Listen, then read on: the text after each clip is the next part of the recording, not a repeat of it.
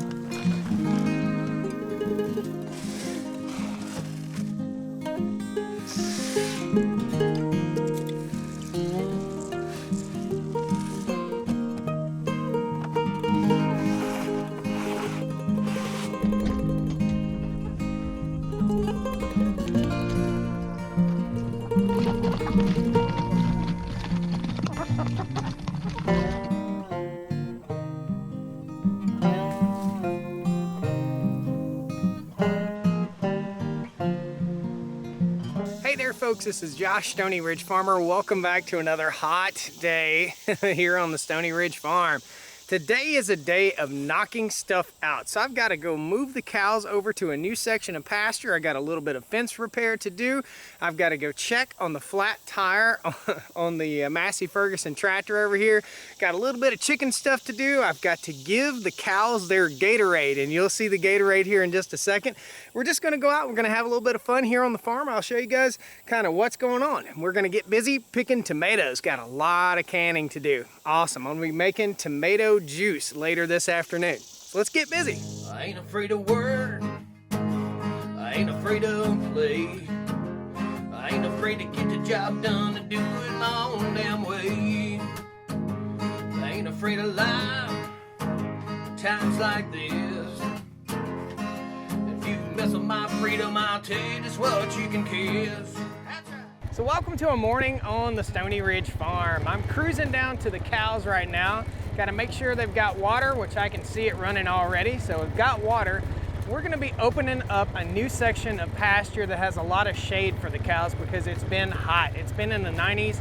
They've got shade down here where they are, but they need more. So we're going to put them in the woods for the next few days as these hot summer days kind of cool down.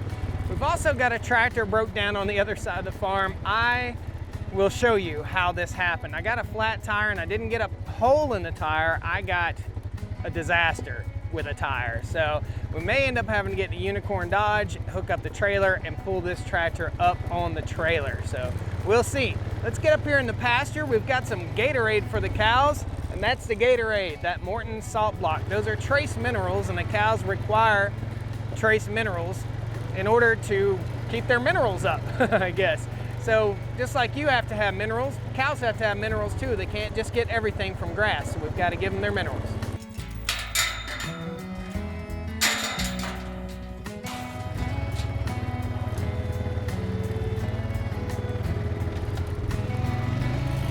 All right, you can hear the cows. They are hungry and they want some mineral. They've got plenty of food out here, but they don't have any trace minerals. We're gonna go ahead and chuck a salt block over in here and watch the cows go to it. They are definitely in need of their Gatorade today. Oh. Ugh. So that is a 50-pound block of trace mineral. I'll show you, the cows are going right to it. So these hot summer days, the cows will tend to lose their electrolytes just like people do, and they'll get dehydrated, not only from not having enough water, but from not having the appropriate minerals. Now typically I'll put a mineral block out about every 2 weeks. There were 3 mineral blocks in here, but it's been really, really hot, and the cows will consume more mineral when it's really, really hot. Now you don't want to put your mineral block on the ground if you don't have to, but the cows will be in this pasture long enough, they'll clean up that entire mineral block. Also, you don't want to put it near your fence or on a steep hill because it will roll off down the hill. The best thing to put it in is a mineral feeder like this Tartar Farm and Ranch Super Duty mineral feeder right here. It's got a wing on the top of it that's designed to point it away from the wind so that rain doesn't blow in here and waste your mineral. Pretty cool. What I use on the farm is Morton IO-Fix T-M for all classes of cattle, sheep, and horses. It has salt, zinc, manganese, iron, copper, iodine, and cobalt. Pretty cool. They need more than just salt. So don't just get the white block. We'll get more into the science of mineral feeding in a future video after we go visit Greg Judy's farm and we learn a little bit more ourselves. Simply put, there's never a dull day with the cows. Man, they really want to move over here. There's not a lot over here other than weeds, and I was gonna mow all these weeds down, but I'm gonna let the cows pick their way through them before I mow them down. We're gonna ride over here. I've got a section of fence I've got to repair before I can put the cows in this area. And what we're using is this poly braid right here with step-in posts, and I'll show you that too. Got Big T sitting right here with the flail mower. Big T. Yeah, baby. These guys are coming running like they're gonna miss something. So this is a gate to the most recent section of pasture that I mowed, and all I've got to do is just untangle this a little bit and I'll pull it across so they can't get into this section of pasture. I did hit a post up here, and that's the repair that we have to make. We've got to put a new post in. I got it with the flail mower and it spit it out the back of the tractor. We're gonna close off this gate. This is the wire we use. This is poly braid, again from Farm Fence Solutions. All the fencing stuff that we use here on the farm is from Farm Fence Solutions, aside from the poultry net. Take it around this a couple times so we get good contact. And loop it around there. There we go. So you don't have to be a rocket scientist to hook 2 pieces of poly braid together. As long as they're touching and making contact in 1 or 2 places, it will conduct electricity all the way through here. And all this is solar powered with the IntelliShock 60 solar powered fence charger. So it runs on battery at night and charges the battery during the day, and it just sends a pulse of electricity through here. And it's pretty much a psychological barrier. The cows just know to stay away from this poly wire, whether it has power on it or not. Now let's go down here and see the results of flail mower versus step-in post. So here's part of the carnage, and here is the other part. So that's what a flail mower does to a step-in post. I'm still missing 1 piece. I gotta go find that too. The step-in part, I guess, was about right here. Man, it annihilated that step-in post. Let me see if I can find the last piece. There we go. So, had this been a plastic one, there'd just be plastic pieces flying everywhere, but this just hit it, bumped it, that's it.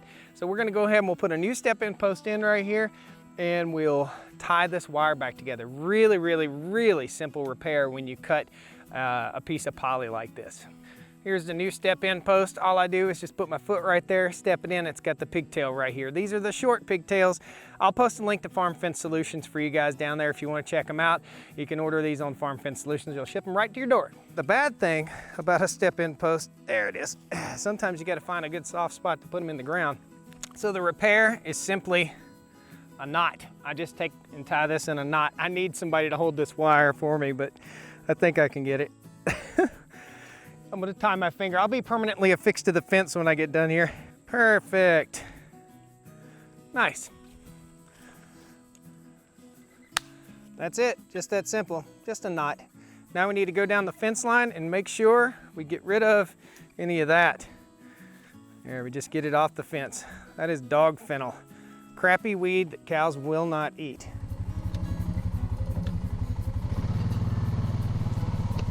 So we got the chickens fed, we got the chickens watered, we got the tomatoes picked, we got the Gatorade put out for the cows, and now I've just got to ride and check the fence line real quick and make sure everything is good to go.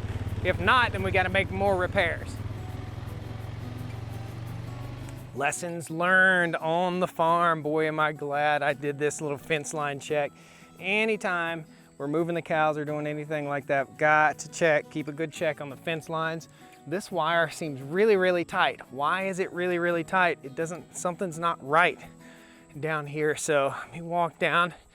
I'd imagine we've got a tree or a tree limb on the fence down here.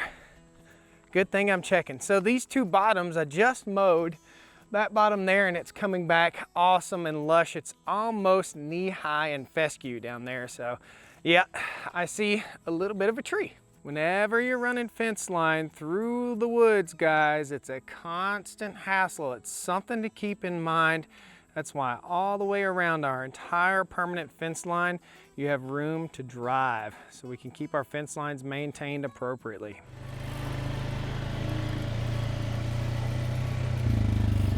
So the final step in all this is to hook up to our cold hookup. This is the hot, this is the cold. We're gonna hook right here into the gate chain and we're gonna hook up our power. So that's the IntelliShock 60 right there. I'll post a link down in the video description for you guys, Amazon link, in case you want to get one. And all I have to do is hook to that chain and then hook up a hot wire. Hit the button and it's on. Now this is the funnest part of my day, guys, watching these cows go out on a new section of pasture. Here we go. Come on, girls. Come on, girls.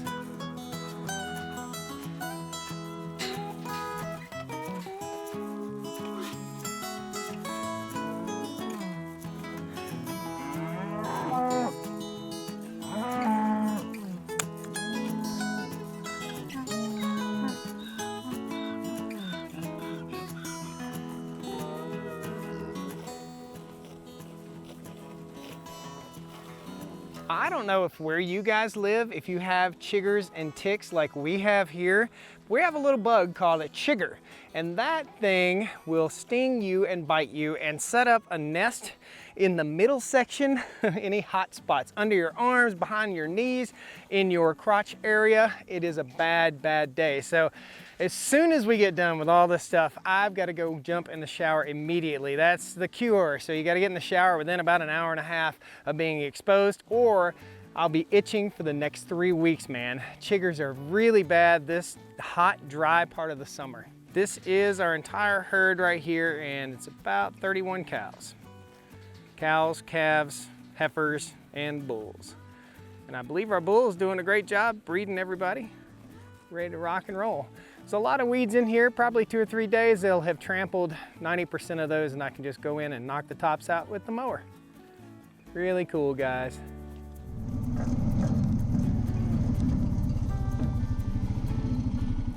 Well, here's the sad excuse for a Massey Ferguson 240. I think I said 135 earlier, same tractor. This 240 got a flat, and the reason it got a flat is because of this. This is the bar that keeps the bush hog from swinging, okay? It keeps it from swaying back and forth. This is the bolt that holds the bar in place with no nut on it. It fell off, rode the inside of the rim, and beat the snot out of the valve stem. Now, the valve stem on the other side has a little boot welded around it to protect it, but the valve stem on this side had no boot around it to protect it. So fingers crossed I can put a new valve core in this, air this tire up, and get the tractor out of here. If I can't do that, we'll have to see you guys in another video, because it's gonna take half a day to get this thing aired up on the trailer to the tractor store. That's just the brakes, man. Sometimes a flat tire will take you all day to fix on the farm.